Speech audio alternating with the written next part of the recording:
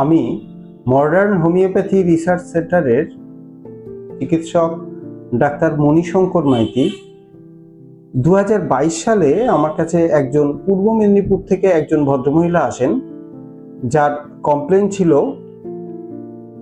Rheumatoid arthritis both নি, এবং এটা ডায়াগনোসিস করেছেন চেন্নাইয়ের ডাক্তারবাবু।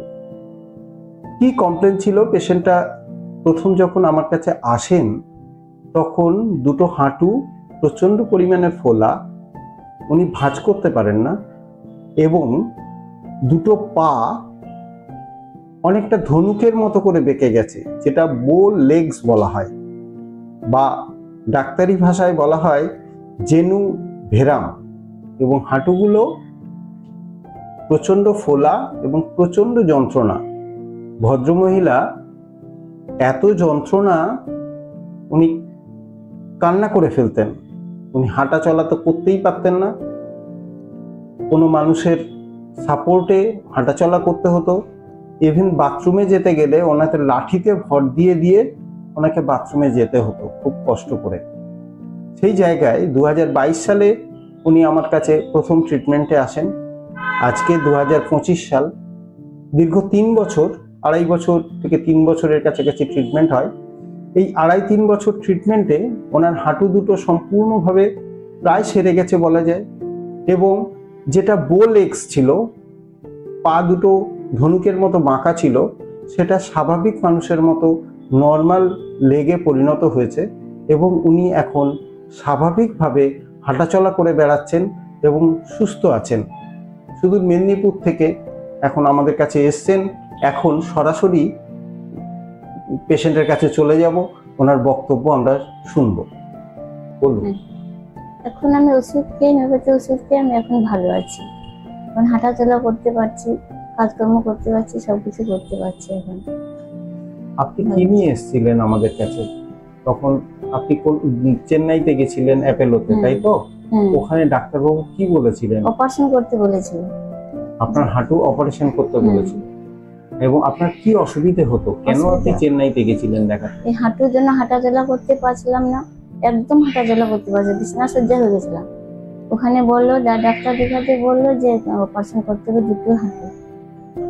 আচ্ছা, আপনি টোটালি হাঁটাচলা একেবারে বন্ধ হয়ে গেছিল, হাঁটতে পারতেন না। তখন আপনাকে আপনি মানে কলকাতায় দেখিয়ে যখন সারছে না, তখন আপনি চেন্নাই অ্যাপেলোতে গেছিলেন। ওখানকার অর্থোপেডিক ডাক্তার দেখানোর পরে উনি সমস্ত পরীক্ষা নিরীক্ষা করার পরে আপনার দুটো হাঁটুই অপারেশন করতে বললেন, তাই তো? নি রিপ্লেসমেন্টের কথা বলেছিলেন। আচ্ছা, তারপরে আপনারা সেটা করাননি? না। এবার সেটা না করিয়ে আপনারা চলে আসলেন, করাননি কেন? করাইনি, আমরা তো বছর গরিব, পয়সা করি কোথায় পাবো? আমার দাদা ভাইরা বৌদিরা বললো যে অপারেশন করাতে হবে না, বাড়ি চলে আসো, এসে এখানে আমি ডাক্তার দেখাবো। এই বলে এখানে আমার দাদার বাড়ি কলকাতা, এখানে দাদা নিয়ে এসে এই ডাক্তারবাবুর কাছে আমাকে দেখালো। দেখানোর পরে ডিসিশন নিলেন যে আপনি হোমিওপ্যাথি চিকিৎসা করবে। হ্যাঁ। আচ্ছা, হোমিওপ্যাথি, এই মডার্ন হোমিওপ্যাথি রিসার্চ সেন্টারে যখন আসেন তখন আপনার কি কন্ডিশন ছিল? তখন কি আপনি হাঁটাচলা করতে পারছিলাম না, তো আস্তে আস্তে আমার দাদা বৌদি ধরে নিয়ে আসলো, নিয়ে এসে গাড়িতে করে নিয়ে এসে এটি দেখালো।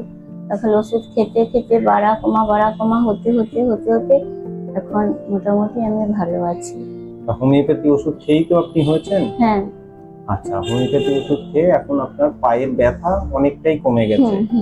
সেই জায়গা থেকে এখন আপনি বাড়ির সমস্ত কাজ করতে পারছেন, এবং হাঁটা চলা ফেরা করা, বাজার করা, বাসে ট্রেনে করে একা একা যাতায়াত করতে পারছেন।